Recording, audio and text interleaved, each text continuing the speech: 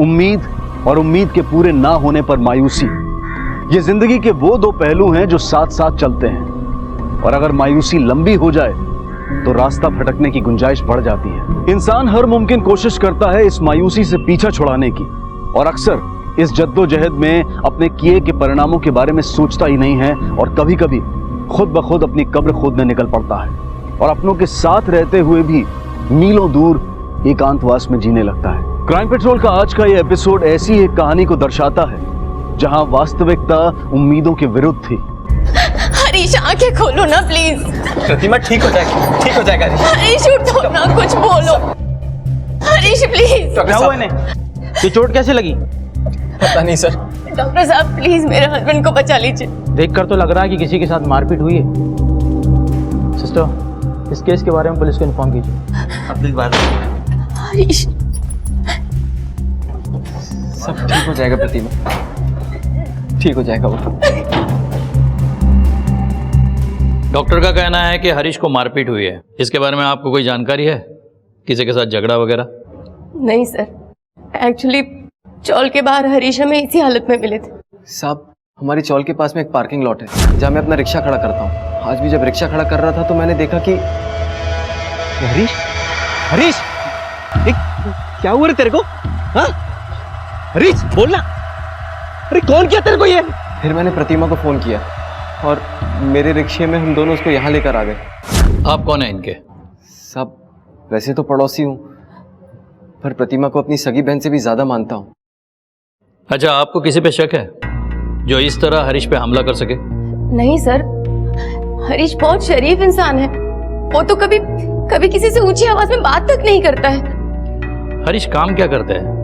फिलहाल कुछ नहीं चल रहा है सर, लेकिन कुछ सालों पहले तक हमारा कपड़ों का बिजनेस था।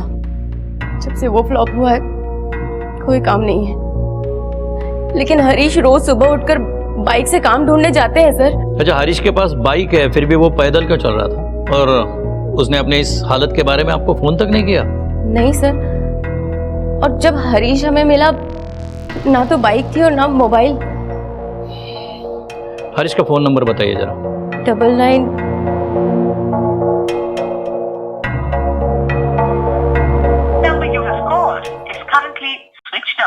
सर फोन नहीं लग रहा है, स्विच ऑफ है। एक काम कीजिए, उसके बाइक के डिटेल्स बताना। Bike number MH094477। डॉक्टर साहब सॉरी, हम उन्हें नहीं बचा पाए।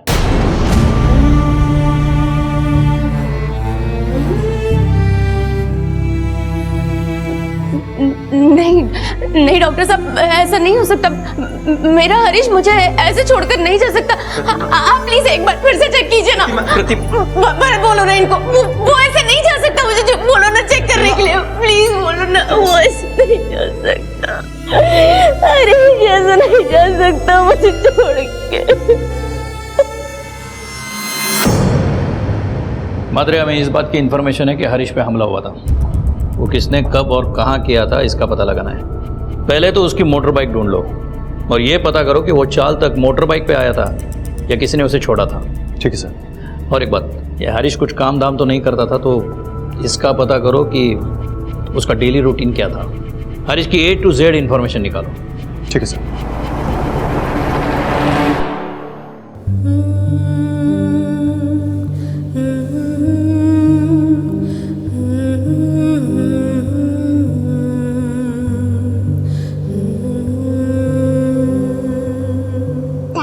मम्मा आ गई। मम्मा, बाबा कहाँ है? मम्मा, आपने तो कहा था पापा को भी साथ में लेकर आएंगी। मम्मा, मम्मा, ये देखिए, मैंने अपने हाथों से पहना है। अच्छा लगा ना? मुझे पापा को दिखानी थी। मम्मा, पापा कहाँ है? वो आपके साथ नहीं आए? ये देखकर वो बहुत खुश हो जाएंगे।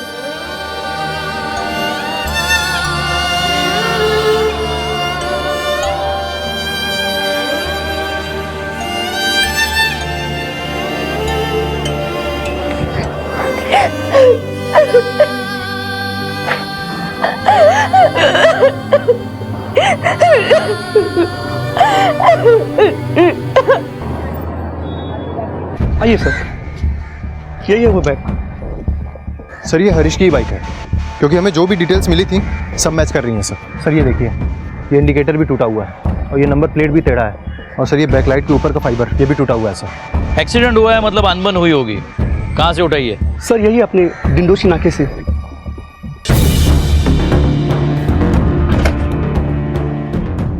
मात्र एक काम करते हैं, सर पहले आसपास के लोगों से पूछताछ करते हैं।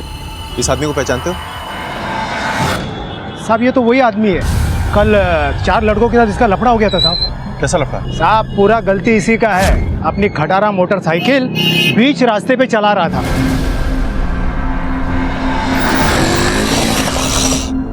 और फिर साहब उनकी हट गई और फिर झगड़ा हो गया। अबे दिखाई नहीं देता क्या बे? कहाँ चला रहा है गाड़ी? अबे तुझे सुनाई नहीं देता बहरे? तब से ऑन नहीं जा रहे। अरे तेरे बाप की सड़क है क्या? बाप नहीं जा रहा है। हाथ क्या लगा दे बे? हाथ क्या लगा दे? अबे पकड़ पकड़ समझता नहीं, गाड़ी दे बे। अच्छा, इस आदमी का जिन 4 लड़कों से झगड़ा हो रहा था तुम उनको जानते हो? यहीं कहीं रहते वो लोग? नहीं नहीं साहब, उनको नहीं जानते हम। ठीक। इसे देखा है कहीं? हाँ साहब, कल इसी का तो 4 लड़कों के साथ खूब मारा मारी हो रही थी। रोड तेरे बाप की है कि तेरे खून में खराबी है? मैं क्या बोला? खून में खराबी है सब? क्या बोला मैं? हाथ क्या लगा दे बे? हाथ पकड़ पकड़, छोड़ बस साले को, छोड़ छोड़ साले। अच्छा, उन लड़कों को पहले कभी देखा था यहाँ? नहीं नहीं साहब, उनको पहले कभी नहीं देखा। ये झगड़ा शुरू किसने किया था? साहब किसी पुरानी बात पे झगड़ा चल रहा था। अबे अंधा बह रहा है क्या तू?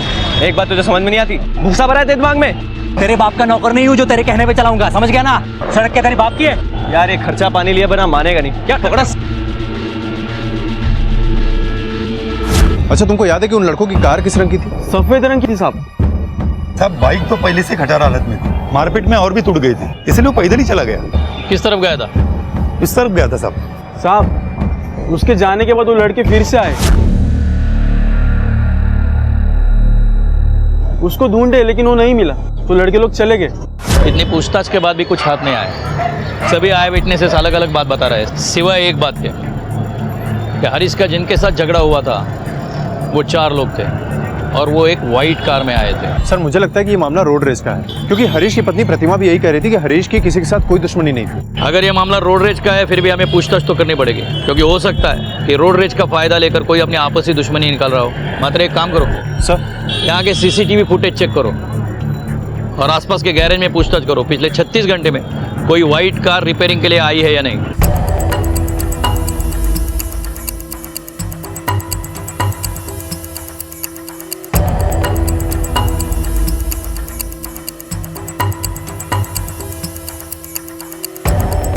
यहाँ तो ताला लगा हुआ है। पाटिल सर। पता करो कि यहाँ पर ताला क्यों बंद है। Okay sir.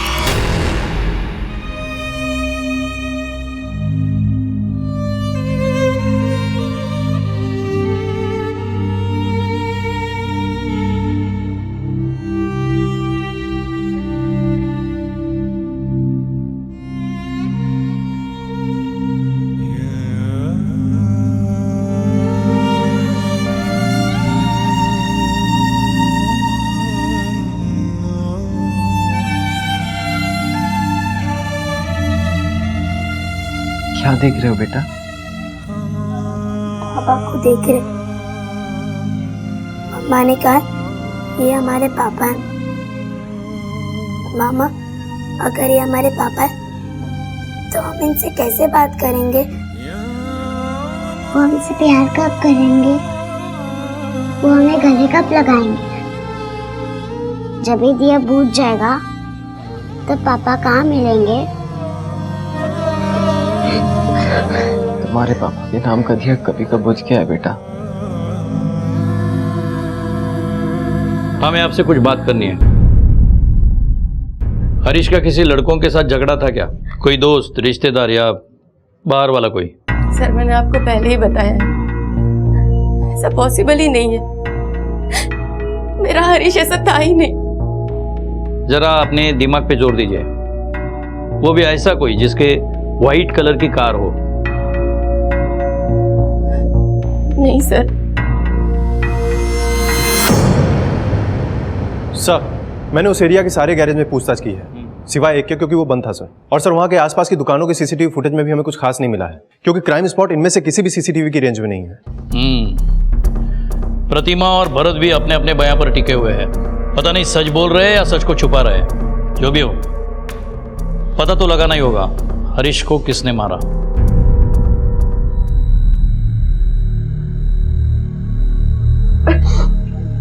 मैं जानता हूँ ये सही टाइम नहीं है बात करने का, लेकिन तुझे याद है ना आज अपन लोगों को जाना है। भरत कैसी बातें कर रहा है तू? ऐसे कैसे चलेगा प्रतिमा? अभी हरीश के जाने के बाद ये सब और जरूरी हो गया है। हमारे पास इसके अलावा कोई रास्ता नहीं है। थोड़ा समझ, नहीं तो कभी नहीं बोलता तेरे को चलने को।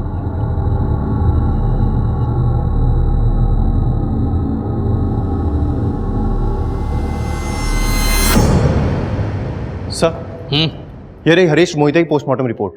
सर इस रिपोर्ट के मुताबिक हरीश की मौत सर पे किसी रॉड जैसी चीज के वार से हुई है। मात्र लेकिन आई विटनेस में से किसी ने भी रॉड का जिक्र नहीं किया। और आरटीओ वालों को हरीश की बाइक जहां मिली उस स्पॉट से हरीश की चौल करीबन 1 से 1.5 किलोमीटर दूर है। और जिस इंटेंसिटी से उस पर वार हुआ है, इसके बाद इतनी दूर चल के जाना इम्पॉसिबल है। सर इसका मतलब कि झगड़े के बाद हरीश के सर पे रॉड मारा गया है। पीएम रिपोर्ट देखने से तो यही लगता है। मतलब झगड़े के बाद लड़के चले गए होंगे, मारपीट में हरीश का मोबाइल गिर गया होगा, इसलिए वो किसी को फोन नहीं कर पाया। और जब वो घर की ओर बढ़ रहा था तो किसी ने पीछे से आकर उस पर रॉड से वार किया। लेकिन सर एक बात समझ में नहीं आई, अगर हरीश का कोई दुश्मन था नहीं तो ऐसा कौन कर सकता है? शायद कोई अपना, क्योंकि किसी राह चलते आदमी पर क्यों कोई वार करेगा? मात्रे सर भरत ने अपने बयान में कहा था कि हरीश को इतनी बुरी हालत में उसने सबसे पहले देखा था और उसके बाद उसने प्रतिमा को इन्फॉर्म किया था। मतलब हरीश को उस हालत में देखने वाला भरत के अलावा दूसरा और कोई नहीं था। शायद ऐसा भी हो सकता है कि पहले भरत ने हरीश पे वार किया और उसके बाद प्रतिमा को फोन किया और उस पर कोई शक न करे, इसीलिए वो अपने ही ऑटो में हरीश को हॉस्पिटल ले गया। मादरे, इस भरत के सब डिटेल्स निकालो और उसके पहले क्राइम स्पॉट पे जाके इस बात का पता करो कि किसी आई विटनेस ने झगड़े के दौरान कोई रॉड देखा था या नहीं। ठीक है सर। हरीश की पोस्टमार्टम रिपोर्ट ने पुलिस के शक के दायरे को बढ़ा दिया। बेशक पुलिस के पास तमाम सवालों के जवाब नहीं थे, लेकिन यह तय था, यह बिल्कुल साफ था कि हरीश को जानबूझकर मारा गया था। पुलिस अब यह समझने की कोशिश कर रही थी कि हरीश की मौत के पीछे उसके साथ हुई रोड रेज की वारदात थी या फिर उसका कोई दुश्मन। कहीं प्रतिमा और भरत के बीच में जो कुछ चल रहा था वही तो इसका जिम्मेदार नहीं था। आखिर वो कौन सी मजबूरी और जरूरत थी जिसके आगे प्रतिमा ना चाहते हुए भी घुटने टेकने पर मजबूर थी? इस केस की परतें धीरे धीरे खुलनी शुरू हो चुकी थी। अब देखना यह था कि वो किसके ऊपर जाकर रुकने वाली थी।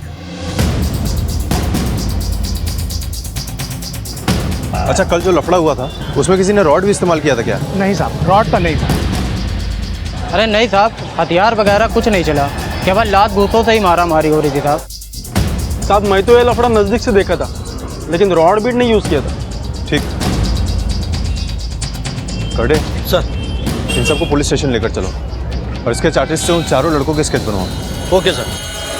सर किसी भी आई विटनेस ने उस लड़ाई झगड़े में रॉड या रॉड जैसी किसी भी चीज का इस्तेमाल होते हुए नहीं देखा है। इसका मतलब ये कंफर्म है कि हरीश पे हमला घर जाते हुए हुआ है और किसी जानने वाले ने हमला किया है, या फिर शायद जिनके साथ झगड़ा हुआ उन लोगों ने वापस आके हरीश पे हमला किया है। मगर एक काम करो सर, झगड़े की जगह से लेकर हरीश के घर तक का रास्ता छान मारो, देखो कोई सबूत या खून का डब्बा वगैरह मिलता हो तो।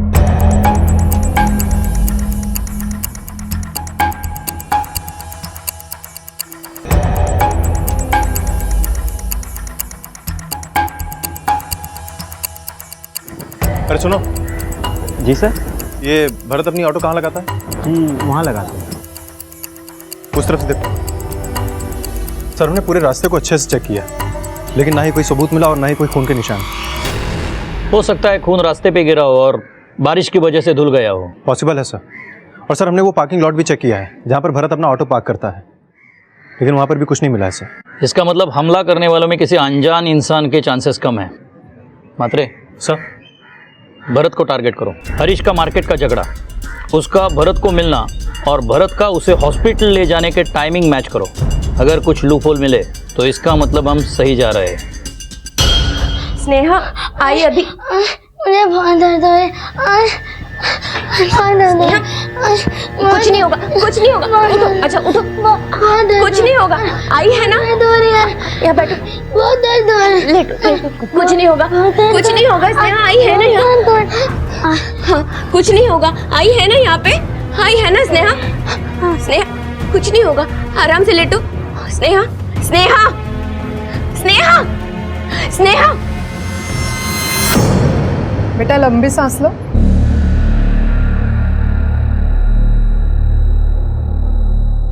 डॉक्टर प्रतिमा, 1 मिनट।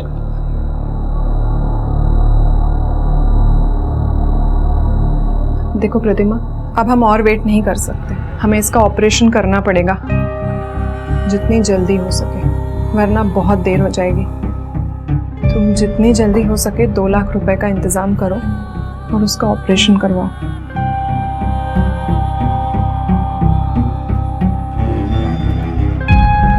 और यदि कोई भी इमरजेंसी हो तो मुझे फोन करो, ठीक है?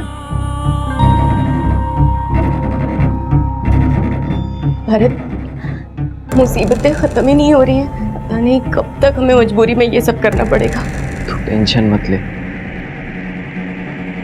सब ठीक हो जाएगा।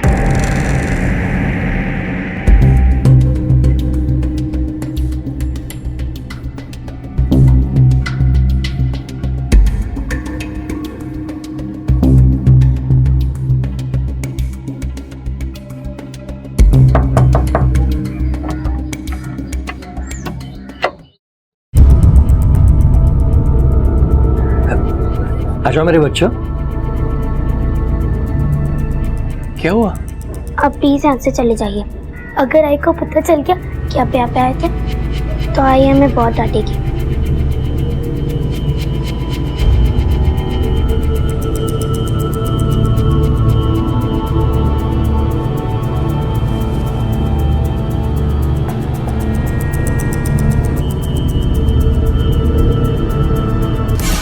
उस दिन जो झगड़ा हुआ था, ये आदमी था क्या वहां पे? नहीं साहब, ये आदमी नहीं था।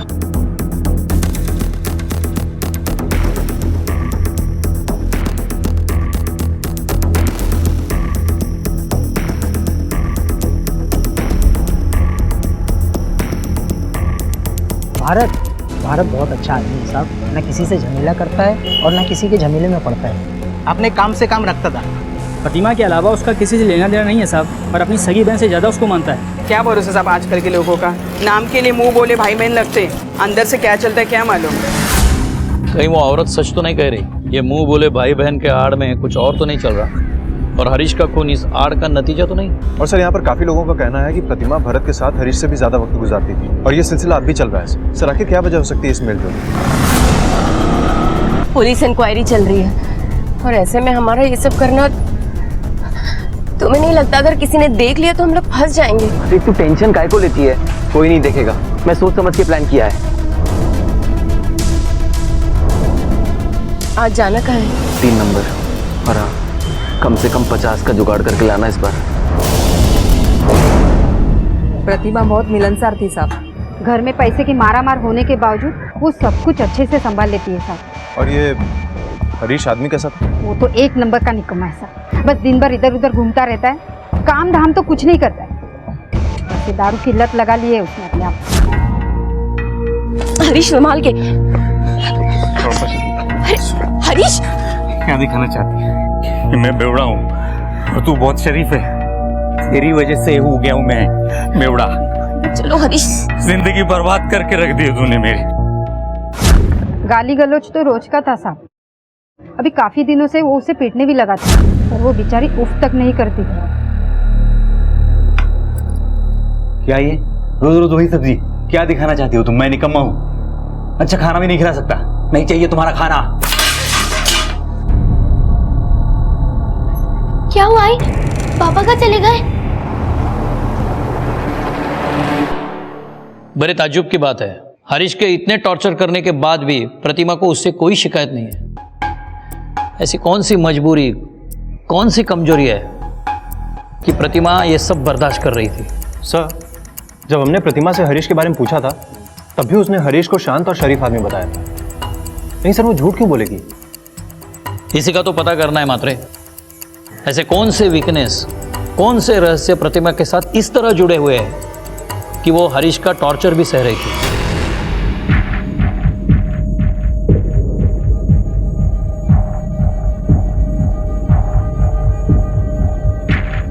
कोई नाटक तो नहीं किया वो? नहीं। एक काम कर, ये पैसा संभाल के रख, ऑपरेशन के एडवांस के लिए काम आएंगे, ठीक है?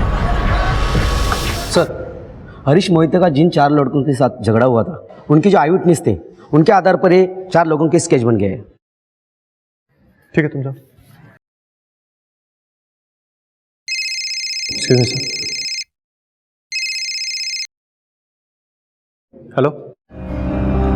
अच्छा, ठीक है, रखो। सर, एक इंफॉर्मेशन मिली है। सर, वो जो गैरेज उस दिन बंद था, सर जिस दिन लड़ाई झगड़ा हुआ उसी दिन एक कार आई थी वहाँ पर रिपेयरिंग के लिए। उस गैरेज से उस गाड़ी का नंबर मिल गया सर। आरटीओ से पता चला है कि वो कार किसी टोनी सैमुअल के नाम पर रजिस्टर्ड है।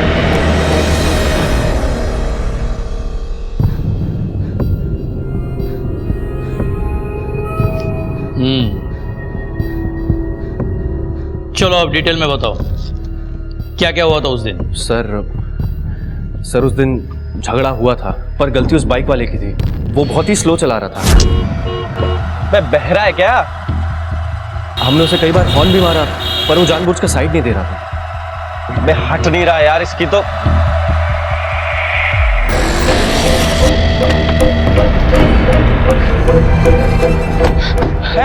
अबे दिखाई नहीं देता क्या बे? कहाँ चला रहा है गाड़ी? अबे तुझे सुनाई नहीं देता बहरे? तब से ऑन लिए जा रहे। अरे तेरे बाप की सड़क है क्या? अबे बाप पे जा रहा है? हमने उसे मारा था, पर इतना भी नहीं कि उसकी जान चली जाए। पहली बार कम मारा, दूसरी बार कितना मारा? सर दूसरी बार देखो, झूठ बोलने से फायदा नहीं है। आई विटनेसेस ने साफ कहा है तुम लोग वापस आए थे। बताओ। सर एक्चुअली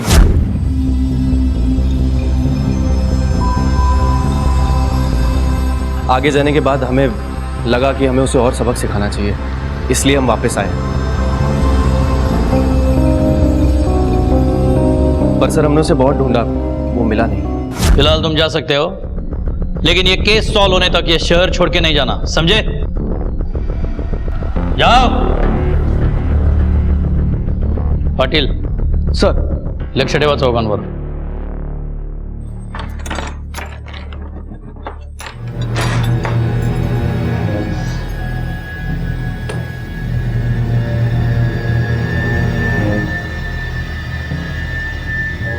मैं देख कर आती हूँ दोनों।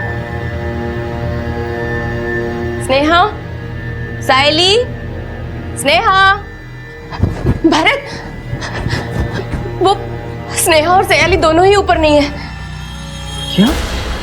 मुझे ये केस रोड रेज का नहीं लगता, ये किसी पर्सनल दुश्मनी का मैटर है। लेकिन सर हरीश और प्रतिमा के बैकग्राउंड में तो ऐसा कुछ नहीं मिला है। सर इन दोनों की लव मैरिज हुई थी और शुरुआत में सब कुछ ठीक भी चल रहा था।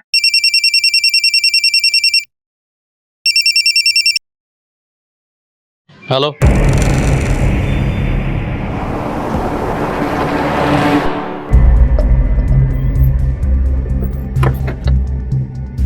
पढ़ा इन सब। चलो पीछे चलो, चलो पीछे। मेरी बच्चियां, मेरी बच्ची को ढूंढ के ला दो। रो मत रे, मिल जाएगी।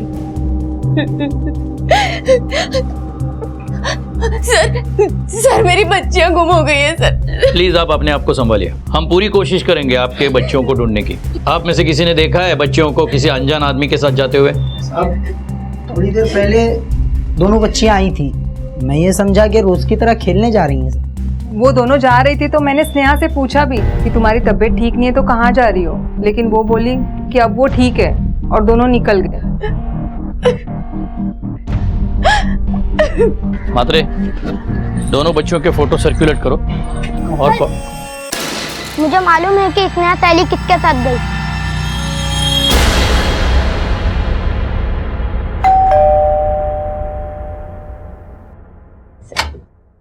अरे ताई, कहाँ है मेरी बेटियां?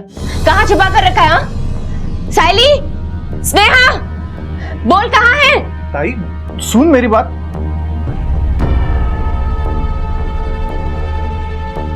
मम्मा, हम अपनी मर्जी से नहीं आए, नाना में जबरदस्ती लेकर आए।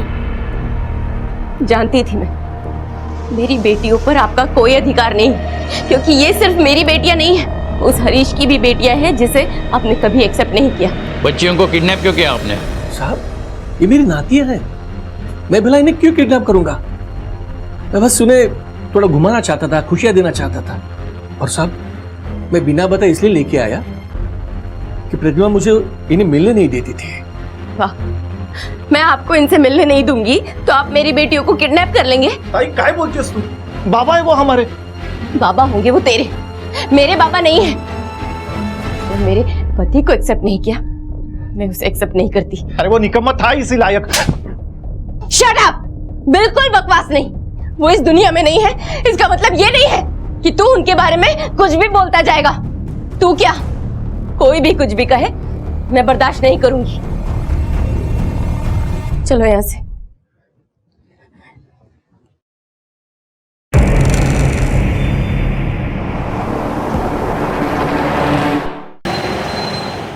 प्रतिमा को हरीश के लिए अपने पिता से लड़ते हुए देखकर मुझे नहीं लगता वो हरीश के खिलाफ कुछ कर सकेगी। और ये भरत और प्रतिमा का रिलेशन हम कुछ ठीक तरह से समझ नहीं पा रहे हैं, और ये रिलेशन नाजायज होने के चांसेस बहुत कम हैं। सर अगर ये प्रतिमा वाला पर्सनल एंगल निकाल भी दिया जाए तो फिर हरीश को मारा किसने होगा? इस केस में और एक पर्सनल एंगल आ गया है, प्रतिमा के पिता अशोक और भाई अश्विन का। ये दोनों हरीश से बहुत नफरत करते हैं। हो सकता है दोनों में से किसी ने या दोनों ने मिलकर हरीश को मारा हो। एक काम करो सर, दोनों की डिटेल्स निकालो और देखो दोनों के नफरत की हद कहां तक है। ठीक है सर।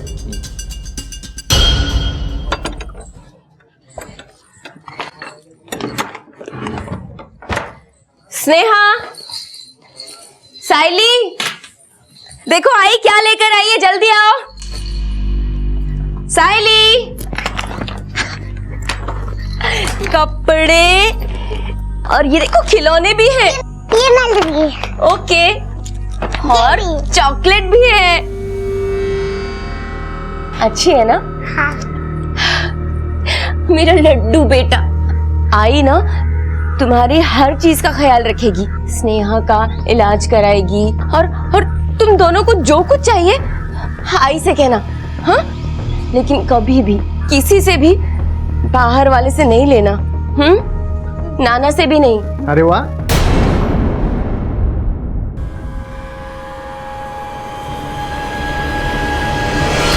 सर ये हरीश की कंपनी में मैनेजर है। Thank you sir. सर इनका कहना है कि अशोक ये कभी नहीं चाहता था कि हरीश और प्रतिमा की शादी हो। सर शादी के पहले और शादी के बाद में भी इन लोगों में आपस में कभी नहीं बनती थी। यहां तक कि एक बार ऑफिस में अश्विन ने हरीश पर हाथ भी उठा दिया था। सर अभी पिछले महीने की बात है सर। अरे तुम्हारी औकात नहीं थी तो शादी क्यों की मेरी बेटी से? और कितना दुख दोगी मेरी बेटी को? देखो मैं बोलता हूं वैसे करो, उसे डिवोर्स दो और आजाद करो। इसके बदले में तुम्हें जो भी चाहिए ना हम देंगे।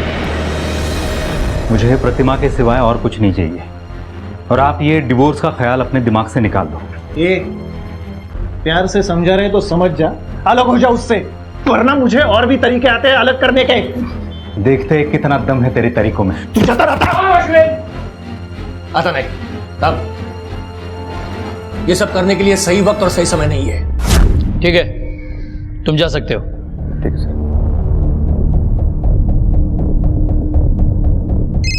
Excuse me sir. हेलो, अच्छा ठीक है रखो। सर एक इंफॉर्मेशन मिली है, हरीश का जिन 4 लड़कों से झगड़ा हुआ था वो सब नेशनल कॉलेज के स्टूडेंट हैं। और सर खास बात यह है कि अश्विन भी उसी कॉलेज का पास आउट है। इसका मतलब अश्विन से बात करने का टाइम आ गया। तुमने अपनी बेटियों को बताया कि ये सब हराम की कमाई से आया है? नहीं, अब मैं बता देता हूं। देख बहुत हो गया, मुझसे पंगा मत लेना वरना वरना क्या? हाँ क्या कर लेगा तू? देख लूंगा तुम दोनों को, ऐसी हालत करूंगा ना सोच भी नहीं सकते। चल चल निकल इधर से, समझाना जो करना है कर ले। देख लूंगा। चल।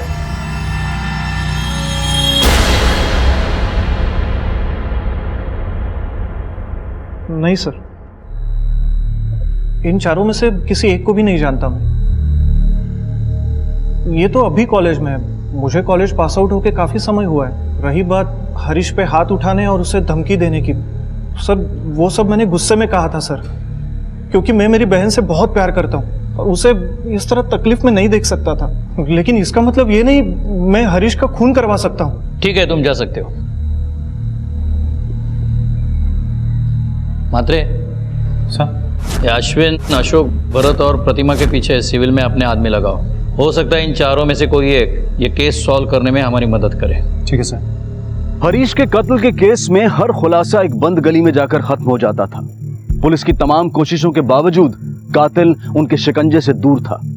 संदिग्धों में सबसे ऊपर प्रतिमा नजर आ रही थी। प्रतिमा और भरत का रिश्ता भी शक के घेरे में था। कोई प्रतिमा के साथ मारपीट करता तो कोई उसे धमकाता, जबकि उसके आस पड़ोस के लोग ये मानते थे कि प्रतिमा सभ्य और सुशील है, अपनी बेटियों पर जान छिड़कती थी और वो अपने पति से भी बेहद प्यार करती थी। आखिर इन सभी रूपों में से प्रतिमा का असली रूप कौन सा था? इन सारे सवालों के बीच एक और हादसा हुआ। साइली को किसी ने अगवा कर लिया और शक सीधे अशोक प्रभु पर जा टिका। साइली कहाँ है? मुझे नहीं पता। झूठ बोल रहे हैं ये सर, मेरी बेटी को इन्होंने ही छुपा कर रखा है। सॉरी मिस्टर अशोक, हमें आपके घर की तलाशी लेनी पड़ेगी। ढूंढो।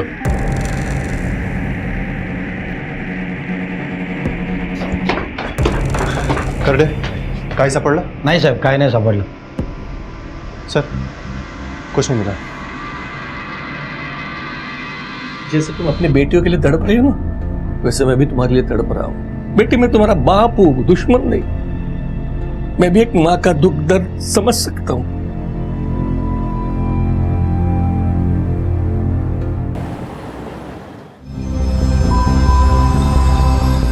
सुनिए, प्रतिमा का घर कौन सा है? अरे ओ, तू बाहर आती है या मैं अंदर आऊं? तो यहाँ है तू। आज इसी अपने यार को भेजा था ना मेरे पति को फिर से लूटने के लिए। अरे आप हैं कौन और यहाँ ऐसे चिल्ला क्यों रही हैं? अच्छा, तो तू मुझे नहीं जानती, मेरे पति को तो जानती है ना, जिसके पैसे तू उड़ाती है।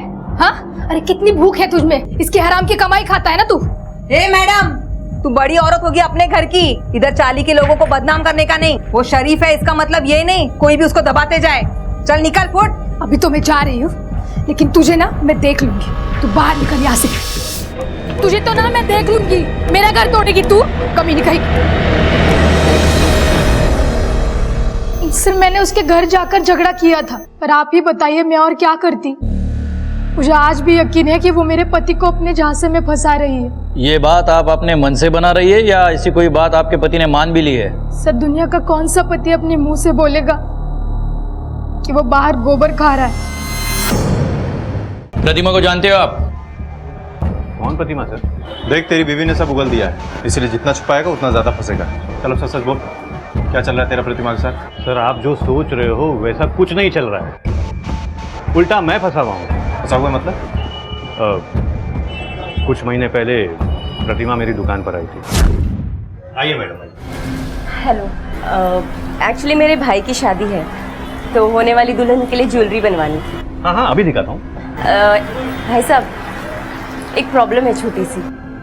ज्वेलरी मम्मी की पसंद की बनवानी है और मम्मी बेड रिडन है। क्या ऐसा हो सकता है कि आप शॉप से ज्वेलरी लेकर घर आ जाएं और वो वहीं पर पसंद कर लें? मैडम, एक्चुअली हम लोग ज्वेलरी ऐसे किसी के घर नहीं ले जा सकते। हाँ, लेकिन मैं डिज़ाइन लेकर आपके घर ज़रूर आ सकता हूँ। वो डिज़ाइन देखेंगी, पसंद करेंगी और आप ऑर्डर दे सकते हैं। हाँ, ये भी ठीक है। आप मुझे पेन पेपर दे दीजिए, मैं एड्रेस दे देती हूँ। श्योर। हाँ मैडम जी, आज की तारीख के सारे लेटेस्ट डिज़ाइन मैंने आपके लिए लाया है, तो जल्दी से अपनी माता जी को बुला लीजिए, मुझे थोड़ी देर भी हो रही है। माता जी तो है नहीं और उनकी ज़रूरत भी नहीं है जी? और अब जो मैं कहूँगी आपको वही करना पड़ेगा, समझ रहे हैं? अरे मैडम जी, ये क्या कर रही हैं आप? छोड़िए, छोड़िए मैडम जी, प्लीज छोड़िए मुझे। नहीं, छोड़िए। मैडम जी, ऐसा क्यों कर रही हैं आप?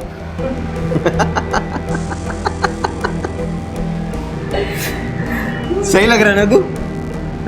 हाँ, देख, तेरी बहुत फोटो है साल में मेरे पास। अभी पैसा देगा या पुलिस में जाऊं, तेरी बीवी को दिखाऊं? नहीं, ऐसा बिल्कुल मत करना। चुप। तब से वो दोनों मुझे ब्लैकमेल कर रहे हैं सर। कितने पैसे मांगते हैं? 20-50 हज़ार से ज़्यादा नहीं मांगते सर। वो मेरी मेहनत की कमाई को ऐसे लूट रहे हैं। अच्छा, तो तुम्हारी मेहनत की कमाई बचाने के लिए पुलिस के पास क्यों नहीं आए? अगर नाम खराब होगा तो धंधा भी खराब होगा ना सर। मात्र मुझे नहीं लगता हीरामन झूठ बोल रहा है, लेकिन उसके पास उसके इनोसेंट होने का कोई सबूत नहीं है। मुझे लगता है हमें प्रतिमा और भरत से और पूछताछ कर लेनी चाहिए। हाँ, लेकिन उसके पहले साइली का पता लगाना जरूरी है। Excuse me sir. हेलो, क्या? ठीक है, हम आते हैं। सर, प्रतिमा का कॉल था, उसको साइली के किडनैपर का फोन आया था। Ransom call? Yes sir. फटाफट नंबर लो और कॉल ट्रेस करवाओ। ठीक है सर।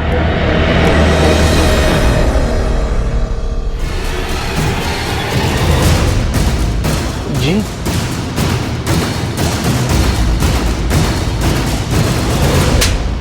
हाँ सर, मैंने बच्ची को किडनैप किया था, लेकिन मैंने उसके साथ कोई बदतमीजी नहीं की, बल्कि उसे खाना खिलाया, चॉकलेट भी दी। आप चाहे तो बच्ची से पूछ सकते। अच्छा, तो बच्चे को खाना और चॉकलेट खिलाने के लिए किडनैप किया तुमने? बोलना। नहीं सर, उसकी माँ के पास मेरे कुछ फोटो हैं जिसके जरिए वो मुझे ब्लैकमेल करती है। मैं बस वो फोटो लेना चाहता था। लगता है तुम्हारे पास बहुत पैसा है। क्या काम करते हो तुम? सर, गोरख भी हीरामन की तरह ज्वेलर है। भरत और प्रतिमा ने इसे भी हीरामन की तरह फंसाकर ब्लैकमेल करके पैसा लिया था। हम गरीब लोग हैं साहब, खाने तक के वांदे रहते हैं कभी कभी। ये ज्वेलर फिलर से हमारा क्या वास्ता साहब? और मैं तो इन दोनों का नाम भी पहली बार सुन रहा हूँ। ज्यादा होशियारी नहीं, समझे? तुम दोनों के कॉल रिकॉर्ड्स हैं हमारे पास, उसमें साफ पता चलता है तुम दोनों ने ही उन लोगों को कांटेक्ट किया था। चल अब बिना मार खाए बोल, सच बोल, चल। सर, हम लोगों ने ही ब्लैकमेल किया था उन लोगों को, लेकिन किसी लग्जरी के लिए नहीं सर, मजबूरी में किया था। हाँ, तुम्हारी मजबूरी और काली करतूतों का पता हरीश को चल गया था, इसलिए दोनों ने मिलकर उसे मार डाला। नहीं साहब, नहीं, हम उसको नहीं मारे साहब, मैं सच कह रहा हूँ। सर, हरीश मेरा हस्बैंड था, बहुत प्यार करती थी मैं अपने पति से, और उसी को मारकर खुद को विधवा और अपने बच्चों को यतीम तो नहीं करूंगी ना मैं। जब मुझे पता चला स्नेहा के दिल में छेद है, तो ये बात हरीश को बता नहीं पाई। उसके इलाज के लिए बहुत सारे पैसे चाहिए थे सर, और मजबूरी में मैंने खुद ये रास्ता चुना। साहब, प्रतिमा मेरे लिए सगी बहन से भी ज्यादा है। मैं उसको ऐसे कैसे तकलीफ में देखता? कमाई ज्यादा थी नहीं कि उसकी मदद कर पाता, इसलिए मैंने ही उसको ये रास्ता सुझाया था। पर साहब, हम सच बोल रहे साहब, हमने हरीश को नहीं मारा साहब। अगर इन दोनों ने नहीं तो किसने हरीश को मारा होगा? मात्रे कहीं ऐसा तो नहीं कि प्रतिमा से बदला लेने के लिए इन तीनों ज्वेलर्स में से किसी ने खून किया हो? एक काम करो सर, तीनों का कच्चा चिट्ठा निकालो। तीनों विक्टिम्स में से कोई एक क्रिमिनल हो सकता है। ठीक है सर।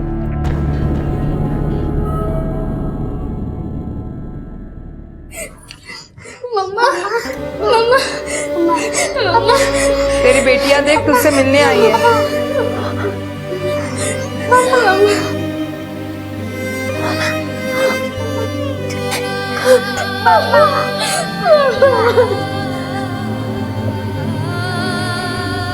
बहनी, इन दोनों को यहाँ से ले जाइए। मैं नहीं चाहती कि ये दोनों अपनी माँ को इस हालत में देखें और सारी जिंदगी शर्मिंदा होकर जी। प्लीज इन दोनों को ले जाओ यहाँ से, ले जाओ प्लीज।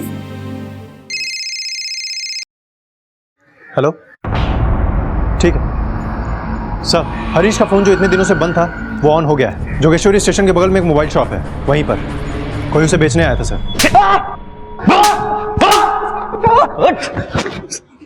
हमें पता है ये मोबाइल तुम्हारा नहीं है। चोरी किया ना तूने? हाँ, ये खून किया इसके लिए, एक आदमी को मारा। बोल क्या क्या किया और बोल। साहब, मैंने किसी को नहीं मारा है साहब। साहब, मैं सच बोलता है, वो मोबाइल मैंने चुराया साहब, पर किसी की जान लेके नहीं। वो तो मौके का फायदा उठा के साहब मैंने चुराया।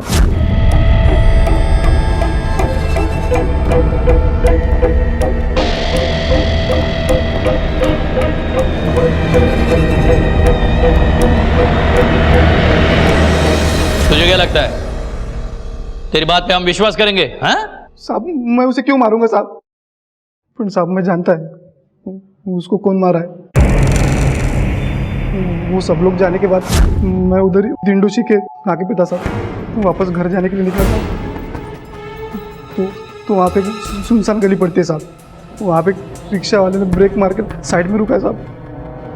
वो रिक्शा का ड्राइवर नीचे उतरा साहब और एक आदमी के सर पे रॉड से मारा साहब। जिस आदमी को उसने मारा था वो साहब वो वही आदमी था साहब जिसका दिंडोशी चौक पे लफड़ा होता साहब, जिसका वो मोबाइल था साहब। मैंने नहीं मारा साहब किसी को, साहब मैंने नहीं मारा साहब। सर वो सिर्फ एक एक्सीडेंट था, हम हरीश को मारना नहीं चाहते थे। और ये सारी बातें मैं आपको पहले ही खुद बता देती, लेकिन फिर अपनी बेटियों के बारे में सोचा, अगर मुझे कुछ हो जाएगा तो उनका कौन सहारा होगा। साहब हरीश की हालत देख के ही मैंने प्रतिमा को उधर बुलाया था। हम लोग उसे हॉस्पिटल लेके ही जा रहे थे। हरीश आंखें खोलो ना। Bharat fast, please fast. Harish ठीक हो ना? कहाँ लेके जा रहे हो मुझे? हॉस्पिटल जा रहे हैं। अपनी हालत तो देखो तुम। मेरी हालत ऐसी है कि मेरे सामने तुम अपने यार के साथ घूम रही हो और मैं कुछ नहीं कर पा रहा हूँ। क्या बोल रहे हो तुम? हरीश भाई क्या बोले जा रहे हो आप? सर फोड़ दूंगा तेरा। क्या मुझे पता नहीं तेरे और इसके बीच में क्या चल रहा है? भाई बहन की आड़ में क्या गुल खिला रहे हो तुम? अगर इतनी ही आग लगी है ना तो भाई बहन के रिश्ते को क्यों बदनाम कर रहे हो? हरीश प्लीज चुप हो जाओ, मैं तुम्हारे हाथ जोड़ती हूँ, अपनी बकवास बंद कर दो। अभी दिखाता हूँ तुम्हें बकवास क्या होती। डॉक्टर ने उसका ट्रीटमेंट तुरंत स्टार्ट किया, लेकिन थोड़ी देर बाद ही डॉक्टर ने आके बताया हरीश इस दुनिया में नहीं रहे। हरीश का वापस आना तो पॉसिबल नहीं था, इसलिए अपनी दोनों बेटियों के बारे में सोचकर मैंने खुद को बचाना ठीक समझा सर। माना कि तुम दोनों की नीयत नहीं थी उसे मारने की, लेकिन खून तो हुआ है। और हाँ प्रतिमा, कभी कभी अपनों को नफरत का चश्मा उतार कर देखना सीखो। तुम्हारे पिता और भाई दोनों को तुम्हारी बहुत फिक्र है, और तुम्हारे बेटियों की भी। रादर तुम्हारे दोनों बेटियां अब उन्हीं के पास है, और वो पूरी जिम्मेदारी से उनका ख्याल रख रहे हैं। प्रतिमा को ब्लैकमेलिंग, एक्सटॉर्शन और हरीश के कत्ल की सच्चाई छुपाने के लिए और भरत को ब्लैकमेलिंग और हरीश के कत्ल के लिए गिरफ्तार किया गया। ये दोनों इस वक्त न्यायिक हिरासत में हैं। जिंदगी से उम्मीद रखना, सपने देखना जिंदा होने का सबूत है, लेकिन जरूरी यह है कि उन सपनों को अपनी मेहनत से पूरा किया जाए। और अगर किसी कारणवश सपने पूरे ना हो पाए तो निराशा में गलत रास्ता इख्तियार ना करें, क्योंकि गलत रास्ता कभी भी सही मंजिल तक नहीं पहुंचाता है। अगर सुनीता रोहित का गैंग चला रही है तो सुनीता के कॉल रिकॉर्ड्स में उसका कोई ना कोई क्लू जरूर मिलेगा। सर कॉल रिकॉर्ड आ चुका है, शिरके स्टडी कर रहा है। क्या है ये? नहीं मामा, मुझे ये बिस्किट नहीं खानी, मुझे आइसक्रीम खाना है। आयुष, मैंने बोल दिया ना एक बार, जो है वो खा ले चुपचाप, बाद में जो बोलेगा वो मैं दूंगी। कुसुम, क्या हुआ, क्या बात है? बोल रहा है कि अगर कल तक 10 लाख रुपए नहीं दिए तो आनंद को मार देगा। क्या? कुसुम तू टेंशन मत ले, मैं हूं ना, हम लोग मिलके कुछ करते हैं। सर सुनीता के कॉल रिकॉर्ड में उस औरत की कोई लीड नहीं मिली, लेकिन इस कॉल रिकॉर्ड में ऐसे 3 नंबर है जिसपे सुनीता की बहुत ज्यादा बातें होती थी। किस किस के नंबर हैं?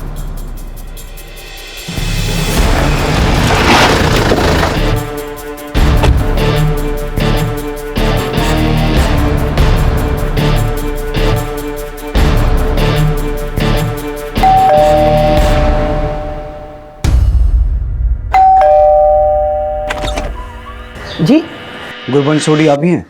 हाँ जी साहब। है सर, नीलम यहीं रहती है, लेकिन अभी वो घर पे नहीं है। सर सुनीता से मेरी बात होती थी, लेकिन मुझे कोई आइडिया नहीं कि वो इस वक्त कहाँ होगी।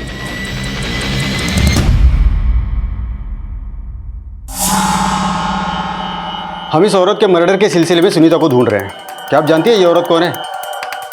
नो सर, मैं इसे नहीं जानती। नहीं साहब, मैं इसे नहीं जानती।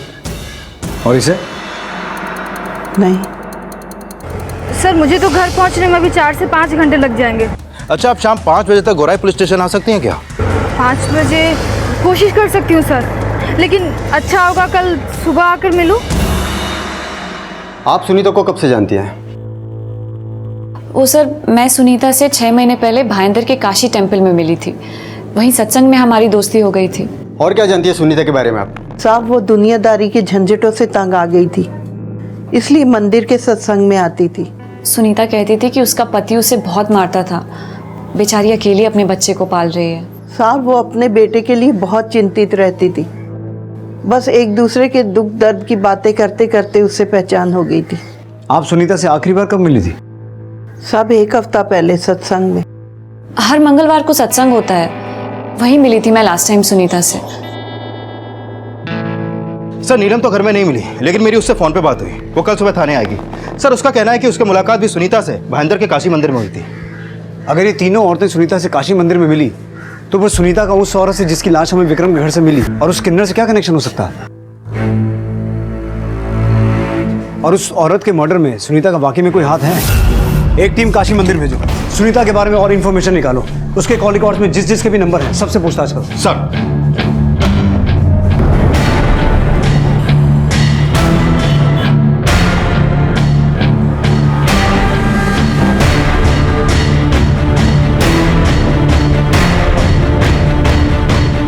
पुलिस सुनीता से जुड़ी हर इंफॉर्मेशन जुटा रही थी। कुरबंश का पूजा की लाश को ना पहचानना, नीलम का किन्नर के रूप में पूजा के साथ देखा जाना और सुनीता का अचानक गायब हो जाना, ये सारे राज इन चारों महिलाओं से जुड़े थे जो अब कुसुम के घर एक दूसरे के साथ मौजूद थी।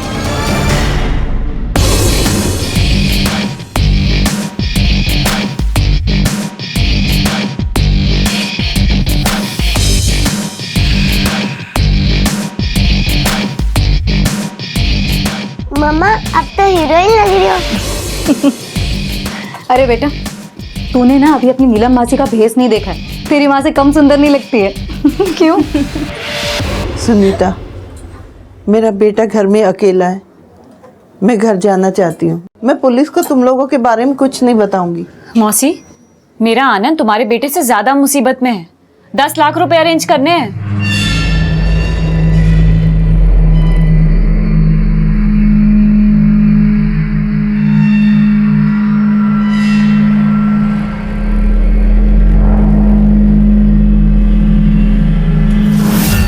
सर सुनीता के कॉल रिकॉर्ड निकलवाने के बाद उसका फोन कल रात एक बार ऑन हुआ था और उसके फोन से हिस्ट्री शीटर आशुतोष त्यागी को फोन किया गया था।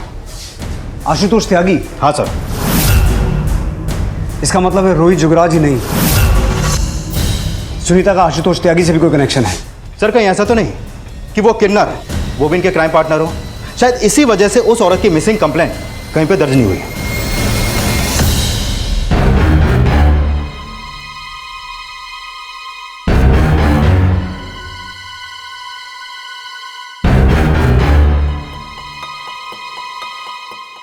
पाटिल, हाँ फोटो दिखा। ये फोटो कब आया यहाँ पे? 2-3 दिन हो गए। क्यों, तू जानता है इसको? वो गांव गई है अपने भाई के यहाँ।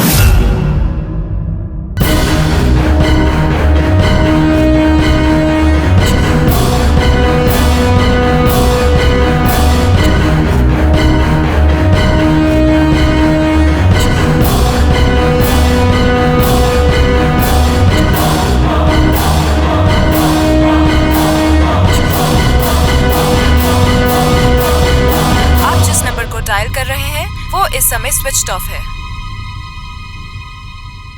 लग तो ऐसा ही रहा है कि सुनीता इस आशुतोष के साथ मिलकर अपना गैंग चलाती हो, लेकिन डॉक्टर विक्रम के घर कोई लूट नहीं हुई। और इस औरत की लाश हमें वहां क्यों मिली? अगर हम ये मान लें कि ये औरत इस गैंग की मेंबर थी तो इसकी हत्या क्यों हुई? ये अपराधी है या विक्टिम, ये तभी क्लियर होगा जब इनमें से कोई हमारे हाथ लगेगा। सर आशुतोष त्यागी का फोन ऑन हुआ है, अभी घोड़बंदर में एक्टिव है।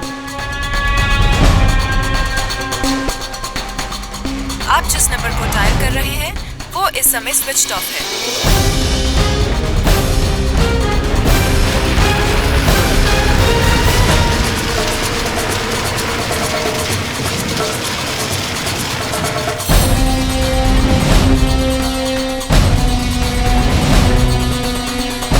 ठीक है सर, आशुतोष का फोन अभी भी बंद हुआ है, लेकिन अभी तक उसका फोन उसी एरिया में एक्टिव था।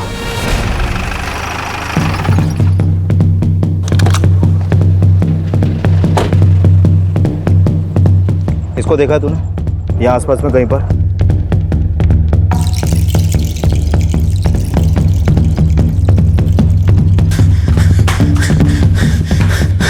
अरे त्यागी भाई, पुलिस पहुंचने वाली, निकल लो यहाँ से।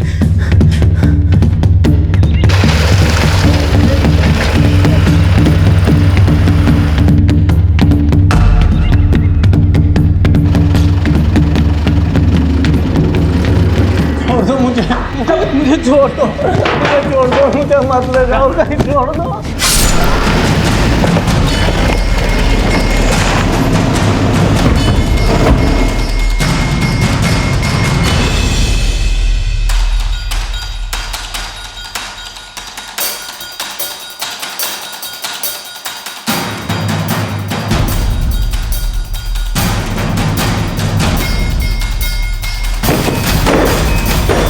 लगता है अभी थोड़ी देर पहले इसका मर्डर हुआ है। शिंदे, पीछे की तरफ चेक करो जल्दी। सर।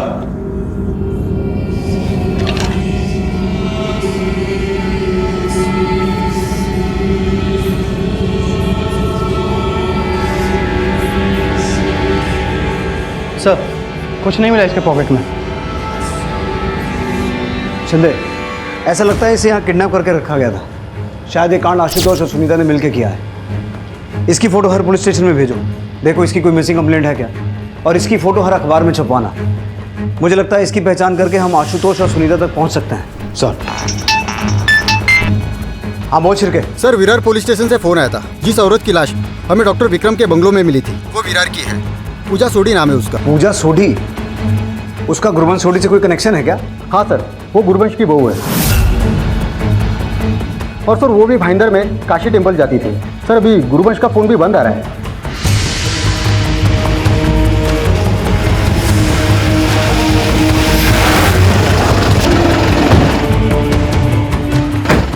जैन सर, सर मैं इस्माइल से विरार पुलिस थाने से गुरुवंश मौसी का पड़ोस में रहता हूँ सर।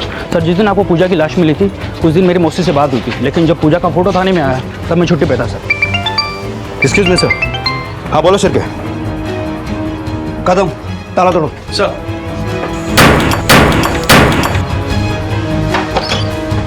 कदम, हाथ बंद करो। सर।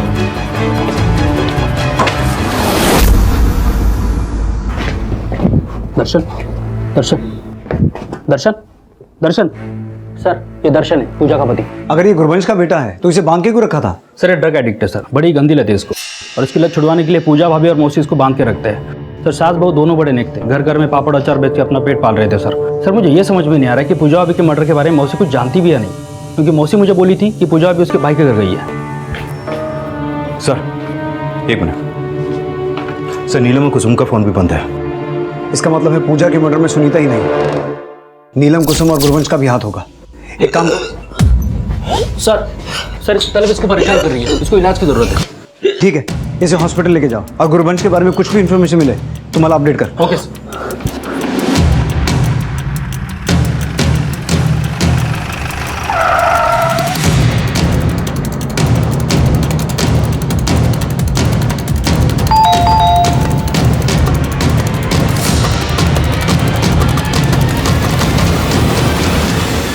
जी पापा, पुलिस आई है।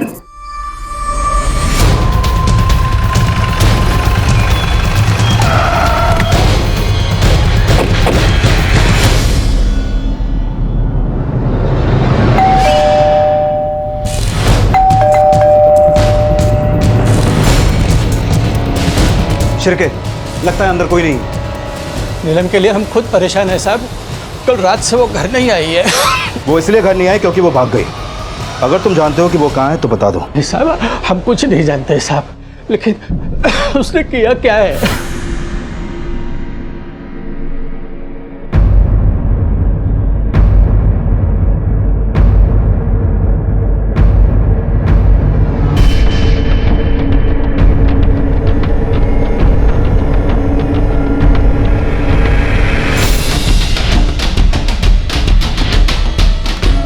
इस आदमी को पहले कभी नहीं देखा। कुसुम जब निकली उसके साथ 3 औरतें और एक बच्चा भी था।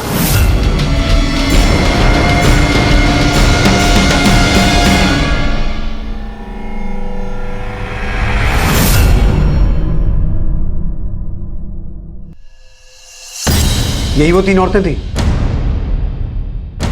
हाँ सर, यही औरतें थी। हाँ सर, मैंने भी एक बार दीदी को किन्नर के भेस में देखा था, पर उन्होंने कोई क्राइम नहीं किया था। उन्होंने तो एक ड्रामा कंपनी ज्वाइन की थी। ड्रामा नहीं, क्राइम ही कर रही थी वो, और अभी अपना फोन बंद करके फरार है। सब मेरी गलती है साहब। मेरे ताने सुन के ही शायद वो गलत रास्ते पे चली गई होगी। वो तो बेटा बनना चाहती थी साहब, लेकिन मैं बाप भी नहीं बन सका साहब, बाप भी नहीं बन सका।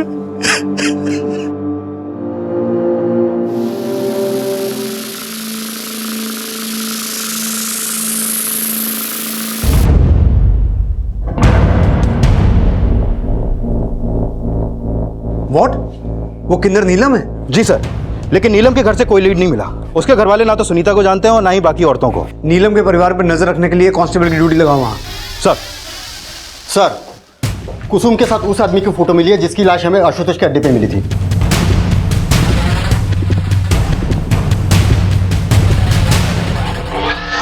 सर, ये तो आनंद है, कुसुम का पति।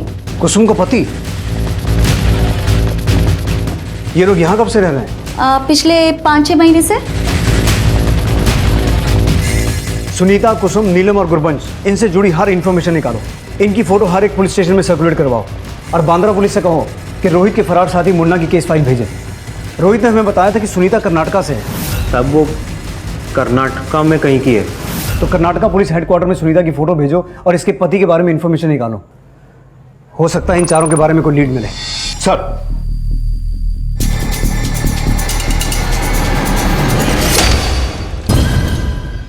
मौसी मौसी मुझे चॉकलेट चाहिए, चलो ना बाहर। हाँ बेटा, कोई चॉकलेट वॉकलेट नहीं मिलेगी, और अगर आज रास्ते में तंग किया ना तो। सुनीता, अगर चॉकलेट नहीं मिली तो रास्ते में परेशान करेगा ये। मैं लेकर आती हूँ ना। नीलम, संभाल के जा। हाँ, मैं भी जाती हूँ इसके साथ। नहीं मौसी, आप लोग को ही। नीलम, तू जा संभाल के।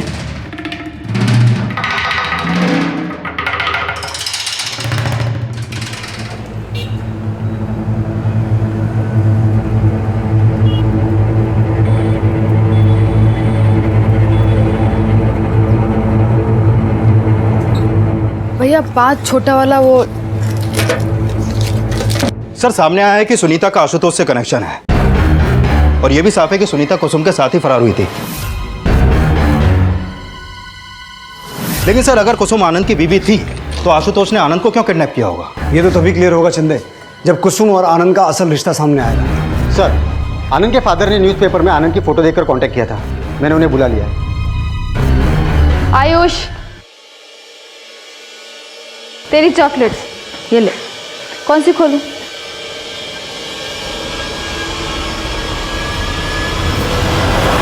बोल।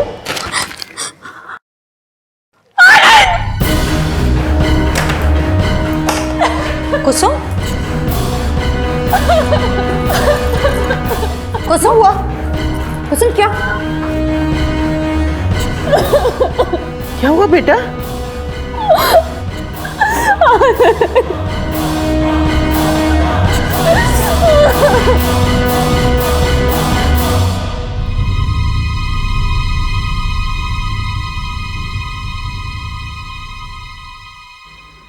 आनंद!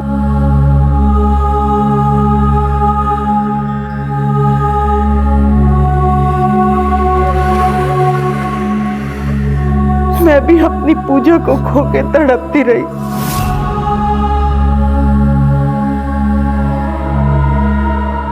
अब अपने बेटे को भगवान के भरोसे छोड़ के आई हूँ।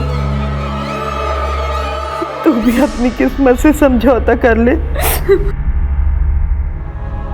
सुनीता, फिर आज का प्लान कैंसिल करते हैं?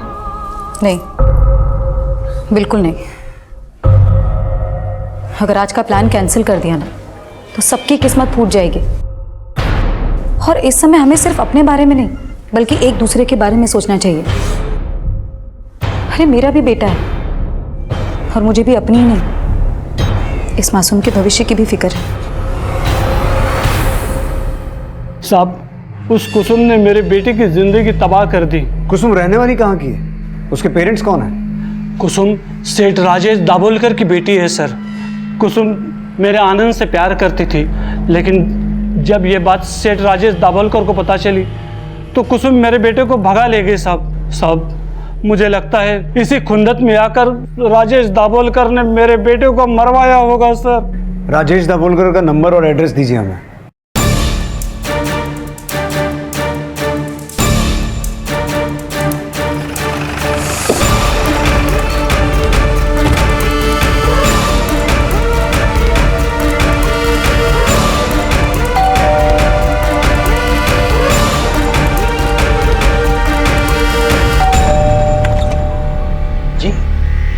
राजेश दाभोलकर। कौन है विनोद?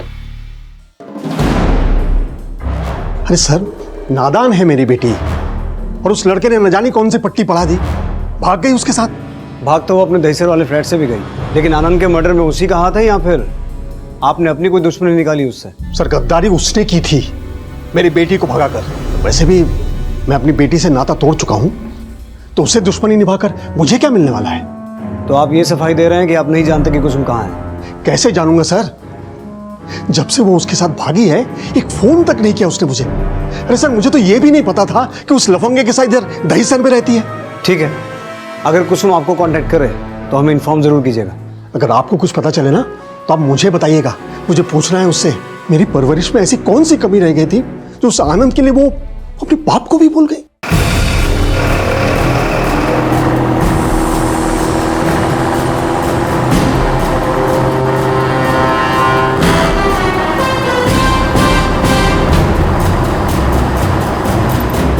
इस राजेश दाभोलकर का फोन सर्विलेंस पे डालो। हो सकता है कुसुम उससे हेल्प मांगने के लिए कांटेक्ट करे। Okay sir.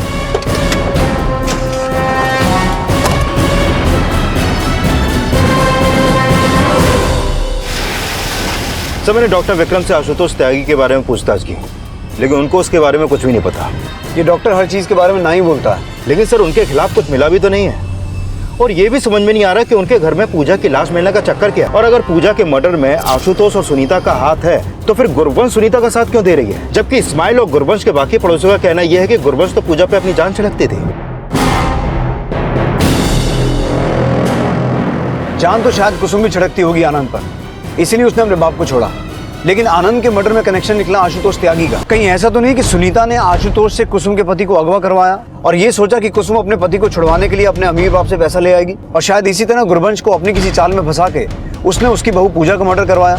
हो सकता है सर, क्योंकि सुनीता की क्रिमिनल हिस्ट्री है।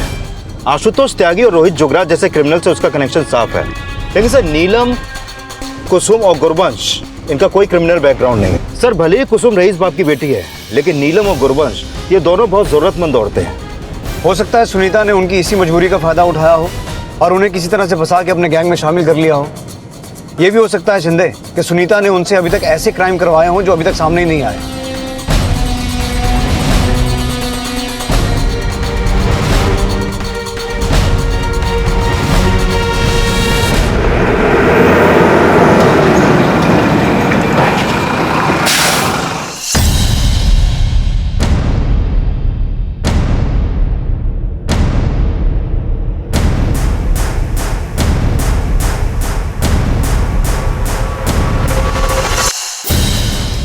अब समझना ये होगा कि पूजा इनके गैंग की मेंबर थी या फिर पूजा के मर्डर के पीछे कोई और राज है। शिंदे, पिछले कुछ दिनों के अनसॉल्व्ड केसेस को स्टडी करो। हो सकता है इन औरतों का उन केसेस में कोई कनेक्शन सामने आए। सर,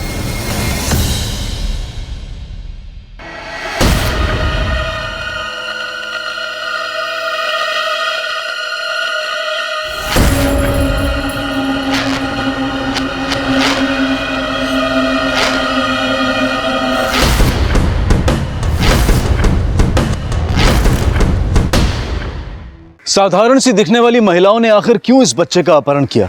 क्या उन्हें इस अपराध के लिए मजबूर किया गया था, या फिर इस अपराध के पैमाने में किसी साजिश का जाम भरा था?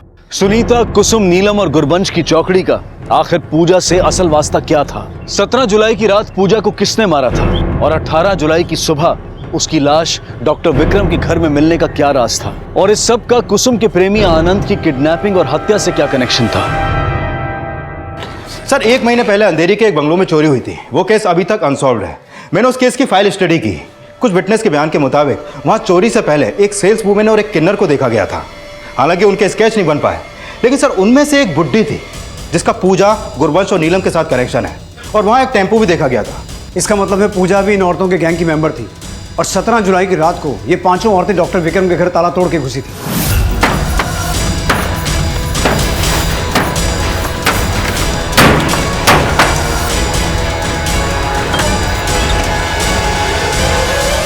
लेकिन सर डॉक्टर विक्रम के घर में तो कोई लूट नहीं हुई, और सवाल अब भी बना हुआ है कि अगर पूजा उनके गैंग की मेंबर थी तो उसका मर्डर क्यों हुआ? सुनो इधर, रुको। सर मेरा बेटा राहुल अभी तक स्कूल से वापस नहीं है। मैंने स्कूल और स्कूल के आसपास सब जगह पता कि कहीं कुछ पता नहीं चला सर। क्या उम्र है आपके बेटे की? सर 6 साल है। ठीक है, अपने बेटे की photo, school, class, roll number सब डिटेल दीजिए, हम पता करते हैं। शिंदे सर आइए।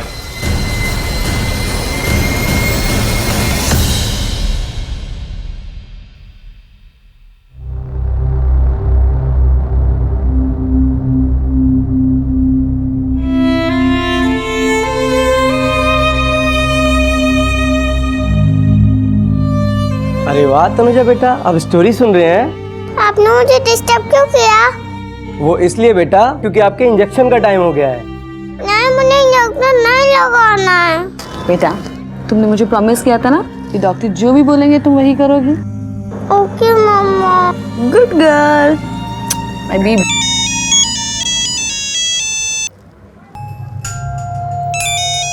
बेटा मैं 1 मिनट में आती हूँ।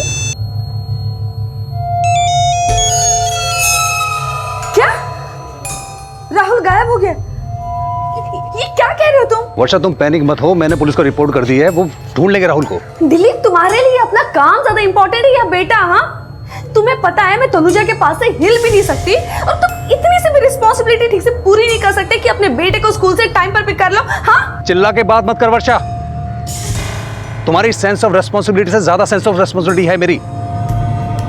छोटी सी गलती क्या होगी कि दिलीप हमारा बेटा खोया है, तुम्हारे लिए जरा सी बात है। हाँ डरो बेटा, डरो मत। छोड़ो मुझे। मैं तुम्हारी दादी जैसी हूँ, तुम्हारी मम्मी को मैं जानती हूँ। तुम झूठ बोल रही हो।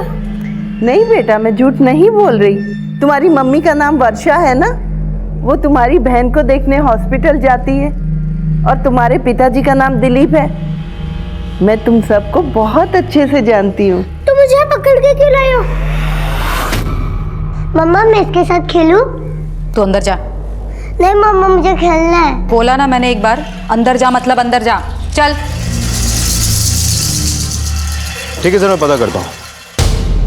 सर वॉचमैन ने बताया कि स्कूल छूटने के बाद राहुल अकेला गेट के बाहर खड़ा था पेरेंट्स का वेट करते हुए, लेकिन उसको लेने के लिए कोई नहीं आया तो वो पैदल चला गया। इस स्कूल से उनके घर जाने वाले हर रास्ते में पूछताछ करते हैं, शायद कुछ मिले। सर ये साफ था कि राहुल की किडनैपिंग सुनीता, कुसुम, नीलम और गुरबंश ने ही की थी, पर फिलहाल पुलिस इस बात से अनजान थी। और तभी राहुल की मां वर्षा को एक धमकी भरा फोन आया। हेलो। और वर्षा जी कैसी हैं आप? बेटे की तो बहुत याद आ रही होगी ना आपको। कौन बोल रहा है? तेरी अम्मा। तेरे बेटे की जान की कीमत है 25 लाख रुपए। तेरी है, मार दूं उसे। नहीं नहीं, मेरे बेटे को कुछ मत करना, मैं पैसे लेकर आऊंगी। प्लीज प्लीज मेरे बेटे को कुछ मत करना। हेलो सर, राहुल का अब तक कुछ पता नहीं चला। मैंने आसपास के बीट चौकी में पूछताछ की। सर वो सचमुच रास्ता भूल गया होता तो अब तक कोई ना कोई लीड तो मिल गई होती। सर, हो सकता है राहुल किडनैप हुआ हो। राहुल के पेरेंट्स के फोन सर्विलेंस पर डालो, हो सकता है किडनैपर्स उन्हें फिरौती के लिए कॉल करें। और उसके स्कूल से घर तक रास्ते में जितने भी सीसीटीवी हैं सबका फुटेज चेक करो। सर ये राजेश दाभोलकर के कॉल रिकॉर्ड। इस रिकॉर्ड के मुताबिक उसके फोन से पिछले दिनों एक नंबर पर लगातार कॉल हो रहे थे, जो आशुतोष त्यागी का दूसरा नंबर है। कल रात आशुतोष त्यागी के इस नंबर से राजेश दाभोलकर को कॉल किया था। सर ये नंबर अभी मानखुर्द में एक्टिव है। हो सकता है शिंदे मानखुर्द में आशुतोष त्यागी का कोई हाइड आउट हो। अपने खबरियों को एक्टिव करो और उसके इस दूसरे नंबर की लोकेशन ट्रेस करो। सर एक तरफ पुलिस राहुल की लीड ढूंढने की कोशिश कर रही थी, तो वहीं आशुतोष त्यागी को भी ट्रेस करने की कोशिश की जा रही थी।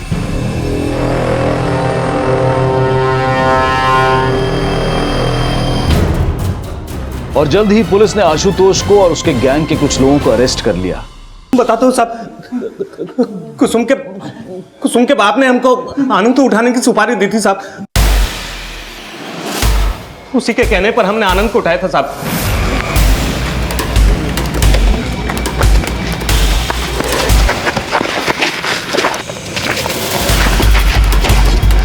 अगर राजेश दाभोलकर के कहने पे तूने आनंद को उठाया था तो सुनीता ने तुझे कॉल क्यों किया? सुनीता? कौन सुनीता साहब? अच्छा, सुनीता को नहीं जानता तू? नहीं साहब, मैं किसी सुनीता को नहीं जानता। लेकिन कुसुम की एक सहेली का फोन आया था मेरे पास में। अगर तू सुनीता को नहीं जानता तो सुनीता को कैसे पता चला कि तूने आनंद को उठाया? साहब, कुसुम ने सुनीता को बताया होगा ना साहब। खुद बोल रहा है कि तूने राजेश दाभोलकर के कहने पर आनंद को उठाया, तो कुसुम को कैसे पता चला? साहब, कुसुम को मैंने फोन किया था साहब।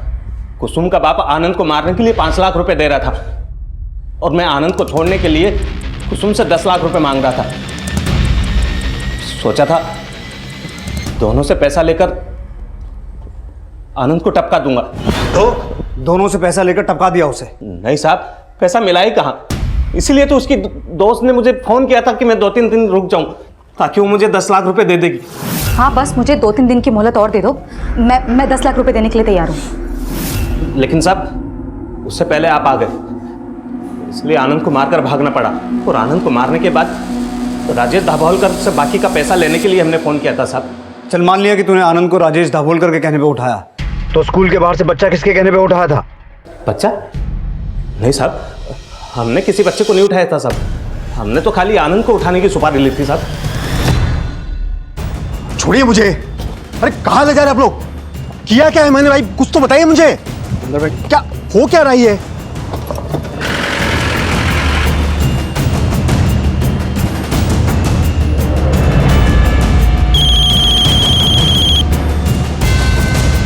हेलो। हाँ सर, मैंने कहा था आनंद को उठाने के लिए। उसने मेरी पीठ पर छुरा भोंका, मेरी बेटी को लेकर भाग गया। मैं तो उसे मरवाना चाहता था सर, ताकि कुसुम के पास वापस आने के अलावा और कोई ऑप्शन ही ना बचे। हो सकता है कुसुम लौटकर तुम्हारे पास आ गई हो और तुम ही ने उसे छुपा के रखा हो।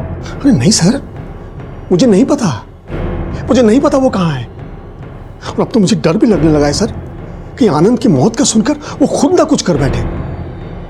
वो आनंद को लेकर बिल्कुल पागल थी सर। मैंने उसे बहुत समझाने की कोशिश की, लेकिन उसके मन में जब एक बात बैठ जाए ना तो उसके अलावा और कुछ भी नहीं सोचती थी वो। बेटा थोड़ा सा खा ले। मुझे नहीं खाना, मुझे मम्मी के पास जाना है। थोड़ा सा खा ले ना बेटा। वर्षा पैसे देने के लिए मान गई है। सर, आशुतोष के फोन पर सुनीता ने सिर्फ 2 बार कॉल किए थे। सर, हो सकता है आशुतोष सच बोल रहा हो, वो सुनीता को नहीं जानता हो। सर, जो 6 साल का बच्चा गायब हुआ है राहुल, मैंने उसके आस पड़ोस में पूछताछ की तो ये पता चला कि उसके माँ बाप दिलीप और वर्षा के बीच में बिल्कुल नहीं बनती थी। सर, दिलीप वर्षा पे शक करता था कि उसका कहीं पे अफेयर है। और सर, ये बात पता चली कि दोनों की एक बेटी भी है, तनुजा, जिसे स्किन कैंसर है। और दिलीप वर्षा से तलाक लेने के बाद बेटे को अपने पास रखना चाहता था, बेटी को नहीं। तो कहीं ऐसा तो नहीं कि दिलीप ने खुद ही अपने बेटे को किडनैप करवाया हो? वो जानबूझकर उस दिन राहुल को स्कूल से लेने गया ही नहीं। सर, हो सकता है आपका अंदाजा सही हो, क्योंकि राहुल के किडनैपिंग के बाद से उसके पेरेंट्स को कोई रैंसम का कॉल भी नहीं आया। दिलीप और वर्षा दोनों के कॉल रिकॉर्ड्स निकालो और दोनों को यहाँ बुलाओ। सर, अगर मुझे ज़रूरी काम नहीं होता ना तो मैं तुम्हें अकेले छोड़कर कभी नहीं जाती। मैं जल्दी से आने की कोशिश करूँगी। मम्मा, कल से राहुल भी मुझसे मिलने नहीं आया, प्लीज उससे बुला दो। फिर आप लेट आओगे तो भी चलेगा।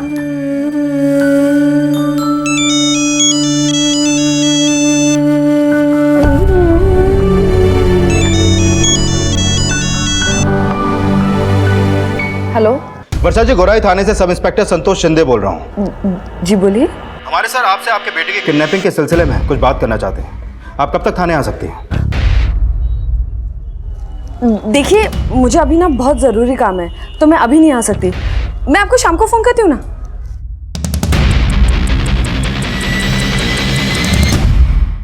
सर, मैं मानता हूँ मुझे अपनी बीवी वर्षा पे शक है। शक है तो फिर ये भी जानते होंगे कि उसका अफेयर किससे है? सर, ये मुझे नहीं पता, लेकिन उसके बिहेवियर से ऐसा लगता ही है कि जैसे उसके किसी न किसी के साथ तो अफेयर है। इसीलिए तुम उससे डिवोर्स लेना चाहते थे, लेकिन कस्टडी सिर्फ बेटे की चाहते थे, बेटी की नहीं। ऐसा क्यों? सर, ऐसा नहीं है। मैं अपना बेटा और बेटी दोनों को चाहता हूँ। लेकिन फिर भी उस दिन अपने बेटे को टाइम पर स्कूल लेने नहीं पहुंचे। कहीं ऐसा तो नहीं कि अपने बेटे को किडनैप तुम्ही ने करवाया हो? सर, आप क्या कह रहे हैं? मैं अपने बेटे को किडनैप क्यों करवाऊंगा? तो फिर कौन किडनैप करवा सकता है? किसी पे शक? सर, अगर मुझे किसी पे शक होता तो मैं आपको पहले ही बताया था।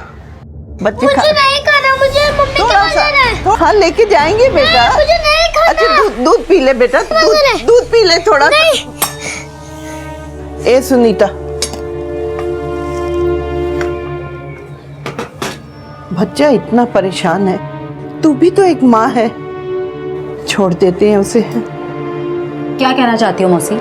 हाँ, बिना पैसे लिए इसको छोड़ूं?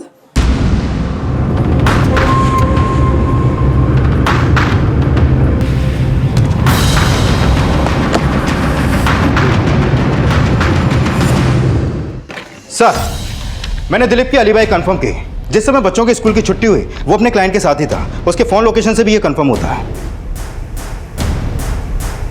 उन चारों औरतों सुनीता, नीलम, कुसुम और गुरबंश की कोई इन्फॉर्मेशन? नहीं सर, फिलहाल तो कोई इन्फॉर्मेशन नहीं मिली। ना तो मुन्ना के केस फाइल से कोई लीड मिली और ना ही आनंद के नाम पे जो टेम्पो रजिस्टर्ड था वहां से कुछ मिला। और सर, सुनीता के पहले पति के बारे में भी कुछ पता नहीं चल पाया।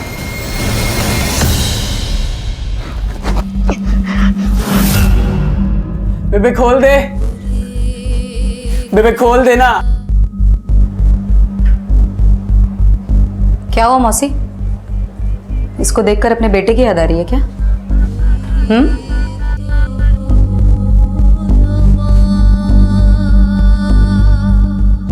अब क्या कर सकते हैं ना मौसी, अब आपके नसीब में बहू बेटे का सुख ही नहीं लिखा है तो। और कुसुम और मेरे नसीब में पति का। और ये नीलम अपने बाप के दिए हुए घाव झेल रही अब तक। पता है मौसी, हम लोग कभी भी बुरे नहीं थे, हमें हमारे हालातों ने बुरा बना दिया।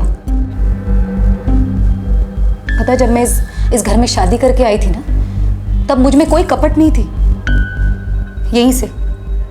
यहीं से मेरा गृह प्रवेश हुआ था और तब से नर्क के दिन शुरू हो गए मेरे। मेरा पति साला अक्षय अड़प्पा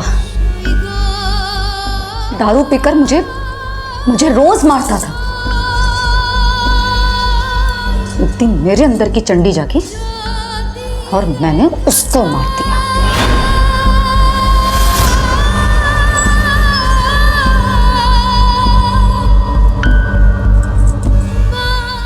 मार दिया मैंने उसे और मार कर काट दिया इसी घर के आंगन में। लेकिन तब भी पुलिस नहीं पकड़ पाई थी मुझे, तब भी नहीं पकड़ पाई थी। लेकिन इस पूजा के चक्कर में साला सब वाट लग गई। वाट तो मेरी लगी है, उसकी लाश को सीने से भी नहीं लगा पाई मैं। सब वर्षा ने बोला था कि वो खुद थाने आ जाएगी, लेकिन अभी तक नहीं पहुंची और काफी देर से उसका फोन भी बंद है।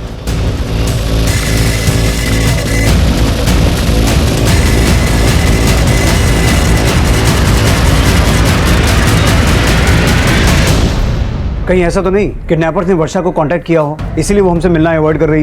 लेकिन सर, वर्षा के फोन पर तो अभी तक कोई भी रैंसम कॉल नहीं आया और ना ही उसके कॉल रिकॉर्ड में कोई ऐसा नंबर मिला है जिससे लगे कि उसका किसी और के साथ अफेयर था, जैसे उसके पति को शक था। शिंदे, वर्षा दूसरा नंबर भी तो इस्तेमाल कर सकती है, पता लगाओ। हो सकता है किडनैपर्स ने उसी नंबर पे कॉल किया हो। सर,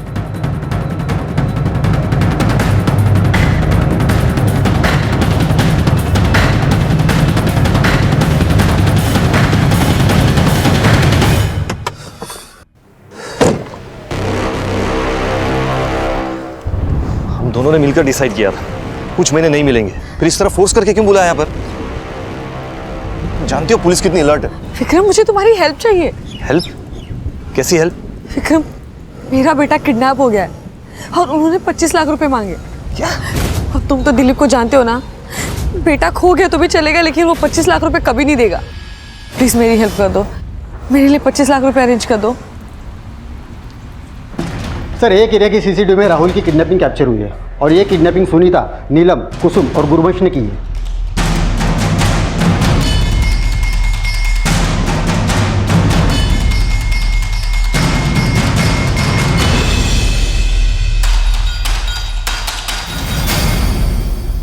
नंबर प्लेट बदल दिया होगा शिंदे, ये चारों बहुत शातिर हैं। वर्षा को फोन लगा? नहीं सर। मुझे लगता है किडनैपर्स ने वर्षा को जरूर कांटेक्ट किया होगा और वर्षा पैसा लेकर उनसे अपने बच्चे को लेने गई होगी। शिंदे, तुम वर्षा के पति दिलीप से मिलो, हॉस्पिटल जाओ, शायद पता चले कि वर्षा कहाँ और किसके पास है जो उसका नंबर बंद आ रहा है। सर। हेलो सर, मैं शीना शेट्टी बोल रही हूँ, विक्रम की वाइफ। आपसे मिलना चाहती हूँ, कुछ इन्फॉर्मेशन शेयर करनी है।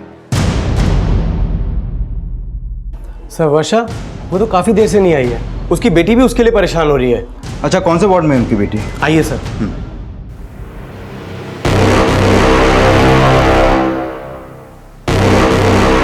तुम्हारी बीवी ने रिकॉर्ड किया है।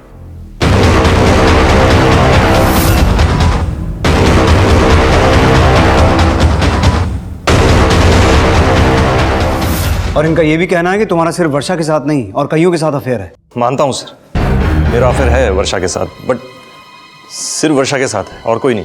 वर्षा का बेटा किडनैप हुआ है, उसके बारे में क्या जानते हो? उसी सिलसिले में वो मुझसे मिलने आई थी। किडनैपर्स ने 25 लाख फिरौती मांगी थी, पैसे लेने आई थी वो। और तुमने उसे पैसे दे दिए? सर जब आपका फ़ोन आया तो बैंक से पैसे विड्रॉ करके मैं उसी को दे रहा था।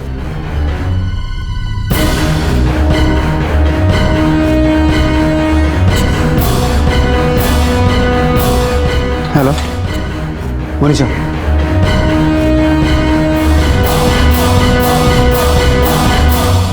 मतलब तुम्हारी और वर्षा की दोस्ती इतनी गहरी है कि तुमने उसे 25 लाख रुपए दे दिए? सर मेरा बस चले तो मैं शीना को डिवोर्स देकर वर्षा से शादी कर लूं। कब से जानते हो एक दूसरे को? 2 महीने पहले मुलाकात हुई थी। मैं एक हॉस्पिटल में गया था, वर्षा की बेटी तनुजा का कैंसर का ट्रीटमेंट चल रहा था वहाँ। बहुत परेशान थी वो, मैंने एक डॉक्टर सजेस्ट किया था, बस उसके बाद से हमारी बातचीत शुरू हो गई।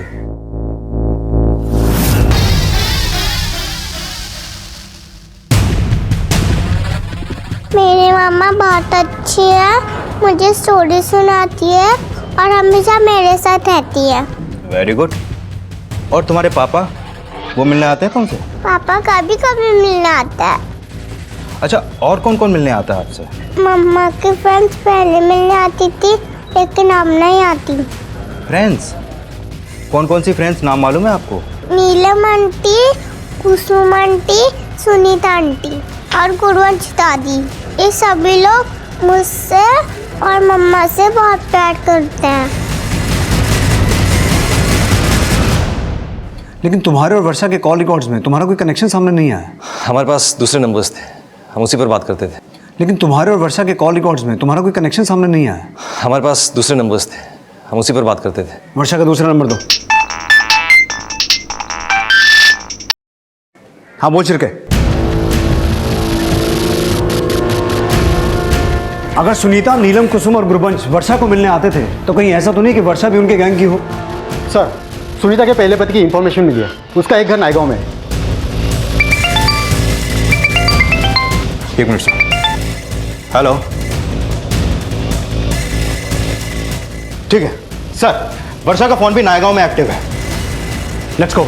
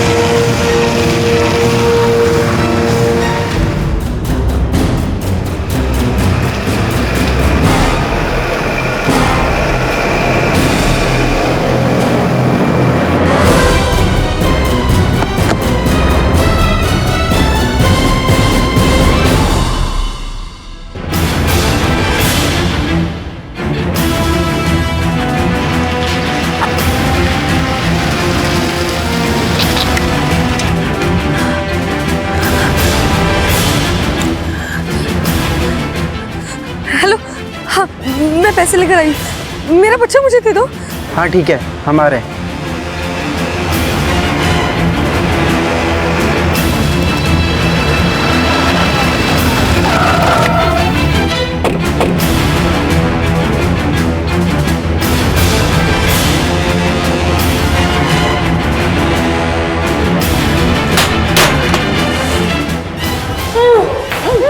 खोलो इन्हें और लेकर चलो।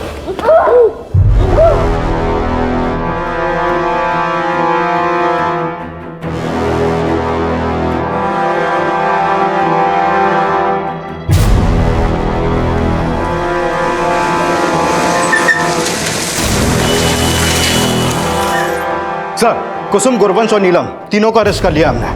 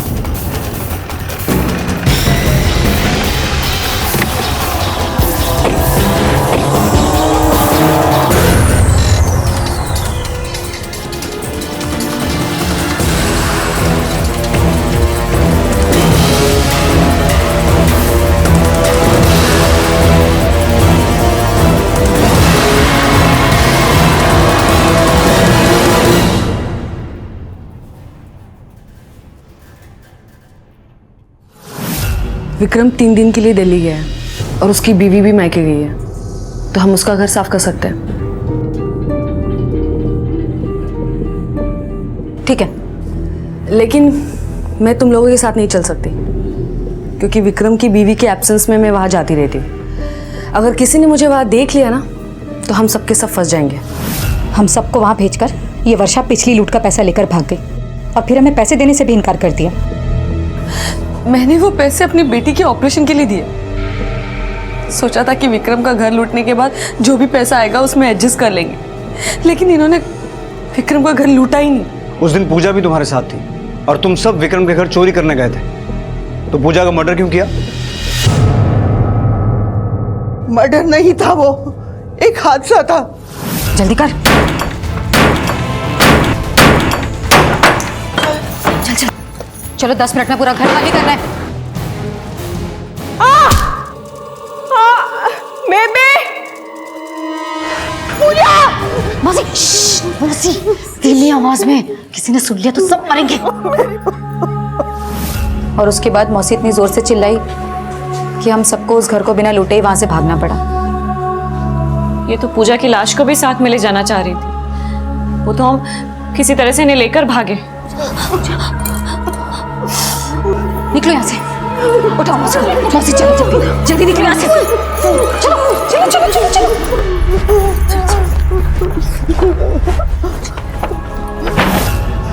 मैं ही अभागन हूँ, मेरी वजह से मेरी बहू मर गई। उसकी लाश को मैं गले से भी नहीं लगा पाई। अगर इतना ही पछतावा था तो सच आके बताना चाहिए था हमें। बता देती साहब, बता देती।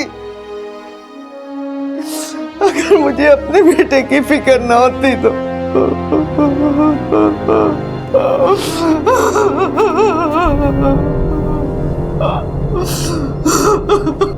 इस केस में सुनीता द्वारा किए गए उस अपराध का भी खुलासा हुआ जिसमें उसने अपने पति अक्षय अडप्पा की हत्या करके उसकी लाश उसी के घर में चुनवा दी थी। सुनीता ने कहा कि उसका पति उसके साथ ज्यादतियां करता था और इन्हीं ज्यादतियों ने उसे उसकी हत्या के लिए उकसाया। लेकिन सुनीता ने वर्षा, नीलम, कुसुम और गुरबंश को जिन अपराधों के लिए उकसाया, क्या उसके लिए सिर्फ सुनीता को दोषी ठहराना सही होगा? दोष गुरबंश और पूजा का तो है, और दोष ड्रग एडिक्ट दर्शन का भी है, जिसकी बुरी आदतों ने उसकी माँ और पत्नी को इस हताशा से भर दिया कि अपने घर को चलाने के लिए उन्हें किसी दूसरे का घर लूटना भी ठीक लगा। कुसुम के पिता राजेश कुसुम की नियति के लिए उतने ही दोषी थे जितने नीलम के पिता ब्रजेश नीलम की नियति के लिए। वहीं अगर वर्षा का पति दिलीप अपनी कैंसर पीड़ित बेटी को अपना बोझ न समझकर उसके इलाज को अपनी जिम्मेदारी समझता, तो गुरबंश, पूजा, कुसुम और नीलम के साथ साथ वर्षा भी सुनीता की विनाशकारी सोच का शिकार न बनती। अब मैं अनूप सोनी आपसे विदा लेता हूं। फिर मुलाकात होगी अगले एपिसोड में एक और चौंका देने वाले केस के साथ। तब तक अपना और अपने परिवार का ख्याल रखें और देखते रहें क्राइम पेट्रोल डायल 100। सबक एक को सीख हम सबको। जय हिंद। क्राइम पेट्रोल के और भी दिलचस्प कहानी देखने के लिए हमारे चैनल को सब्सक्राइब करें और बेल आइकॉन दबाना न भूलें।